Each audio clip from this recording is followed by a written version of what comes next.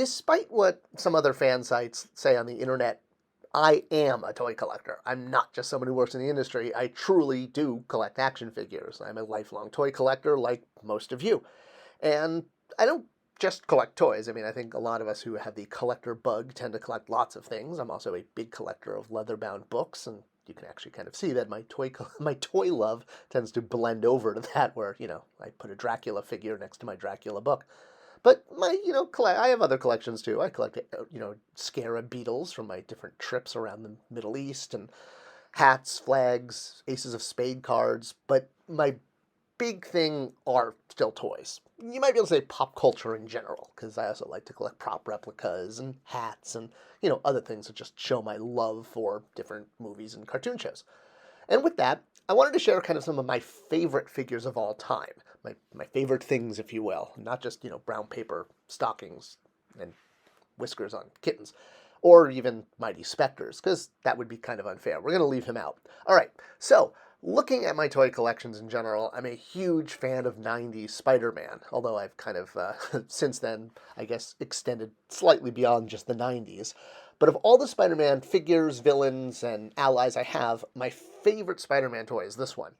This is the Raft Spider-Man that was only available at San Diego Comic-Con in a six-pack, I want to say? Six, right? Except 5 villains and 1 Spider-Man. Now, we'd had quite a few Spider-Man bucks before then, and since then, the version that was packed in with this set was based on the Pizza Spider-Man, and it's been reviewed, though, very well. It is a different Spider-Man, at least as far as colors, and it had an original head sculpt.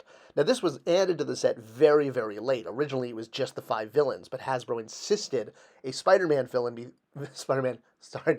figure be put in there, so Pizza Spider-Man got a new head and a new paint job in order to create, if you will, what's called conflict, meaning there's bad guys and good guys in a set, even though this is going to adult collectors at Comic-Con. Hasbro, despite people like Bobby Valla saying, no, don't put an awesome Spider-Man figure you can't get anywhere else in a box set, you could just sell the villains. And he said people are going to just want that Spider-Man. And he was right. I did. I bought just the Spider-Man. And in fact, I lost him when we moved from California to North Carolina. He's one of the only 3 toys that somehow didn't make it through the move. Now, you might say, why do I like this particular one? Even though I'm a huge fan of Eric Larson and his art, and Eric Larson has done some amazing work on Spider-Man, I don't like his Spider-Man. I find the eyes a little jarring with the heavy black at the top.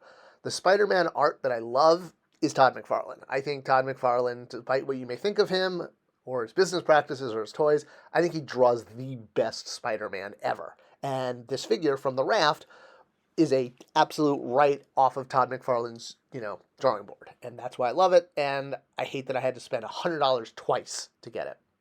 All right, moving past Spider-Man into the world of The Simpsons, Captain McAllister. Isn't it true you're not actually a captain? You know that his first name is Horatio, which I assume is based on, Nelson from, the Battle of Trafalgar. All right. World of Springfield, awesome line. I have tons of them. But yeah, I just love Captain McAllister. There's just something about him, just seeing him on my shelf. 2 glass eyes. Walrus Man. Why do I have Walrus Man? Well, this is my Walrus Man, at least that was. This one isn't. That's just an image I found online of a packaged one. But yeah, I was there in the original release of Star Wars and the toys, and I just loved Walrus Man. He was just one of my absolute favorites. I, grew up getting these toys for my birthday and for Hanukkah. It was just awesome. All right, let's move on to Blackhawk. Why Blackhawk? Who is Blackhawk? Well, Blackhawk is a DC character that appeared in the JLU animated series and is one of my favorite episodes. Ruben Martinez, who was working on the brand as the main designer, when I came aboard, I really wanted Blackhawk. And he was like, nope, we're not doing Blackhawk. And then Ruben left and Bill Beneke came on board. And I said, can we please make Blackhawk? And he said, yes.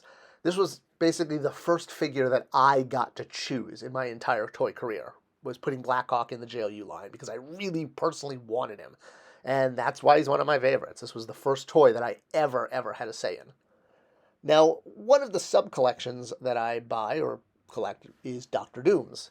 I don't have every Dr. Doom figure ever made. In fact, I'm missing the Secret Wars one, the first ever, and I still haven't picked up this retro figure. But the Marvel Legends recent Doctor Dooms have kind of disappointed me.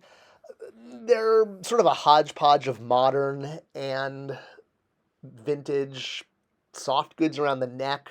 Doesn't really work for me. So when I go for a Doctor Doom, I tend to go with my old Toy Biz one. I think is the best. But this new Doctor Doom that came out as part of the Avengers, 60th?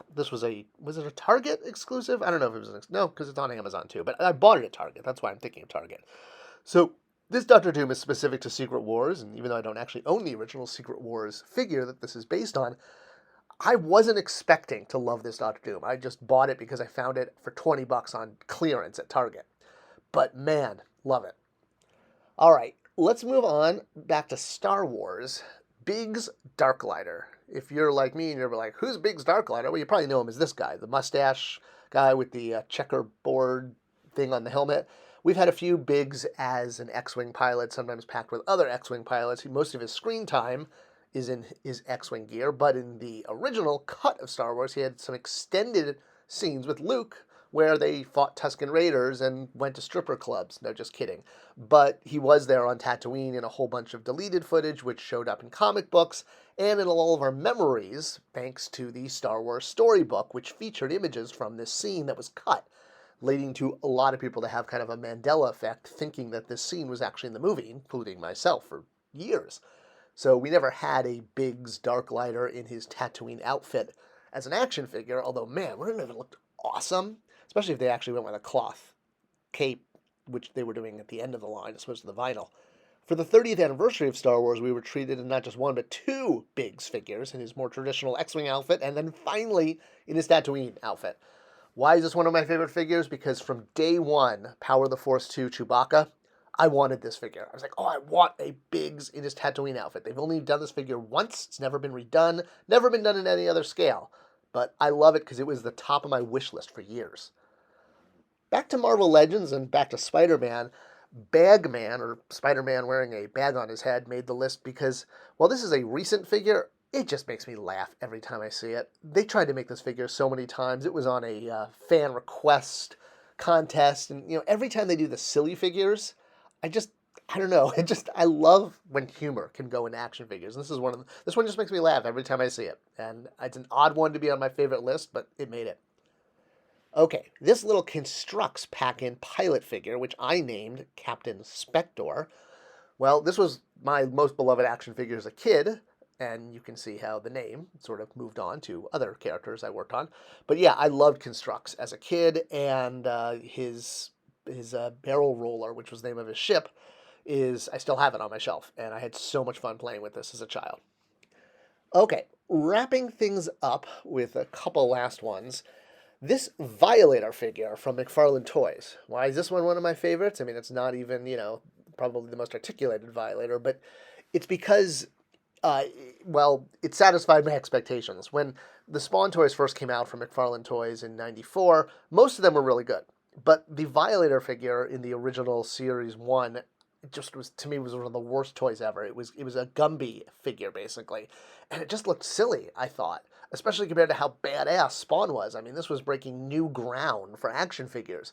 If you look at what was coming out in the early 90s, you had very different, and there weren't all the details and the paint ops that McFarlane and the Four Horsemen, through their sculpting, were able to really push and move toys forward. Well, we did get a new Violator, Violator 2, which was actually a modified version of a Cyber Violator.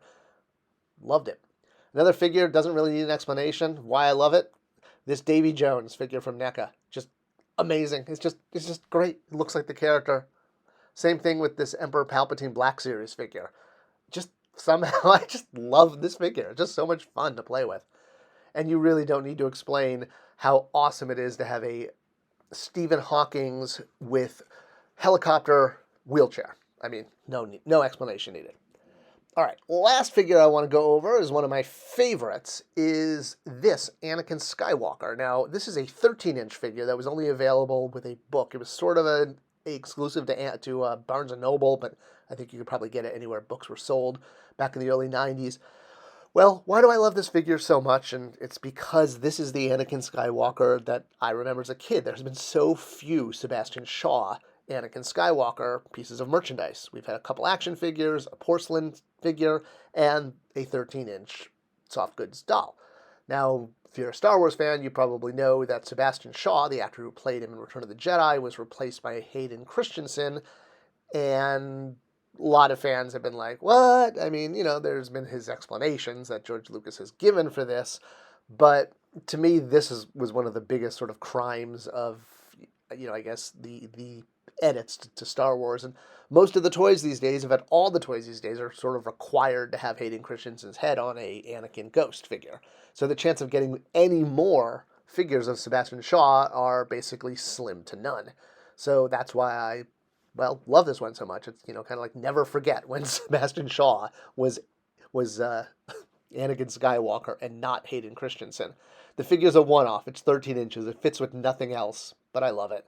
I don't even think I have the book anymore, but yeah, this one sits proudly on my shelf and is a reminder of toys before, corporations took over and started changing things. Is George Lucas a corporation? I guess he kind of is. Well, what do you guys think? Those were some of my choices of my favorite toys of all time. What are yours? Did any of mine match yours? Curious to know. What do you guys think? Let me know what your favorite toys are and what makes them so great. Thanks for watching, thanks for sharing, and I'll see you in the next video.